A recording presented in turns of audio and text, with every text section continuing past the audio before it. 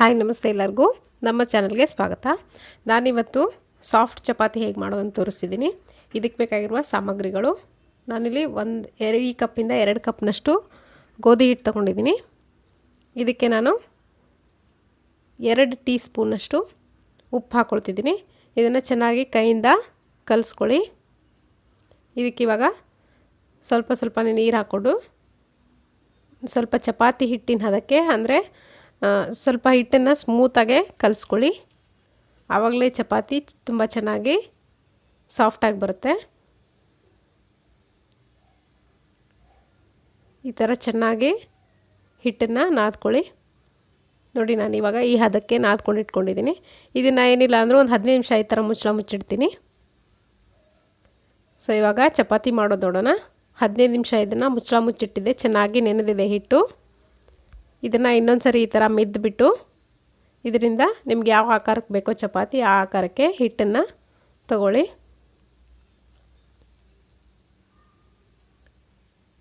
ಚಪಾತಿ ಮಾಡೋ ವಿಧಾನದಿಂದ ಈ ಸ್ಮೂತಾಗಿ ಬರುತ್ತೆ. ಇದಕ್ಕೂ ಕೂಡ ಮಾಡೋ ವಿಧಾನ ಇದೆ. ಸೊ ನಾನು ಈ ಆಕಾರಕ್ಕೆ ಹಿಟ್ಟನ್ನು ತೊಗೊಂಡಿದ್ದೀನಿ.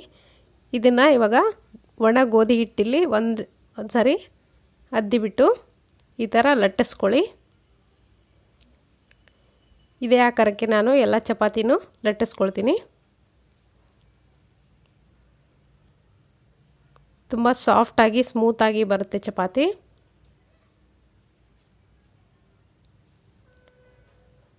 ನೀವು ಯಾವುದೇ ತರಕಾರಿ ಪಲ್ಯಕ್ಕೂ ಕೂಡ ಇದು ಸೂಟ್ ಆಗುತ್ತೆ. ಇವಾಗ ಈ ಲಟ್ಟಿಸ್ಕೊಂಡಿರೋ ರೋಟಿಗೆ ಸ್ವಲ್ಪ ಎಣ್ಣೆ ಹಚ್ಚಿ ಈ ಥರ ಎಲ್ಲ ಚಪಾತಿಗಳಿಗೂ ಎಣ್ಣೆ ಹಚ್ಚಿ ಈ ಥರ ಫೋಲ್ಡ್ ಮಾಡಿಕೊಂಡು ಇಟ್ಕೊಳ್ತೀನಿ. ಆವಾಗಲೇ ನಿಮಗೆ ಮಾಡೋಕ್ಕೆ ಈಸಿ ಆಗುತ್ತೆ.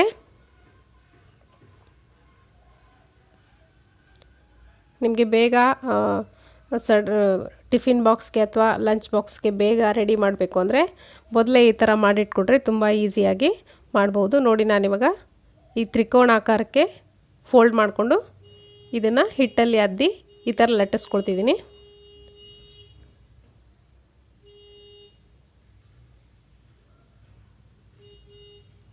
ಈ ಥರ ಚೆನ್ನಾಗಿ ಲಟ್ಟಿಸ್ಕೊಳ್ಳಿ.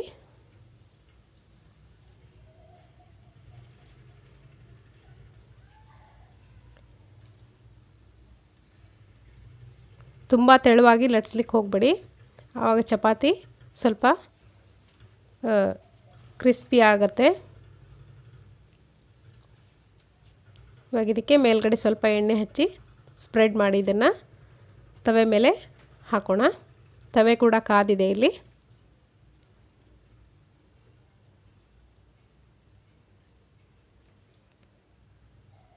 ಯಾವುದೇ ಕಾರಣಕ್ಕೂ ಚಪಾತಿನ ಒಂದು ಕಡೆ ಪೂರ್ತಿಯಾಗಿ ಬೆಂದು ಈ ಥರ ಬಬಲ್ಸ್ ಬರೋವರೆಗೂ ತಿರುಗಿಸಿ ಹಾಕಬೇಡಿ.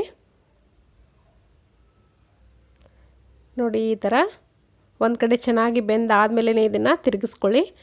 ಪದೇ ಪದೇ ಇದನ್ನು ತಿರುಗಿಸ್ತಾ ಇದ್ದರೆ ಚಪಾತಿ ಸಾಫ್ಟಾಗಿ ಬರಲ್ಲ,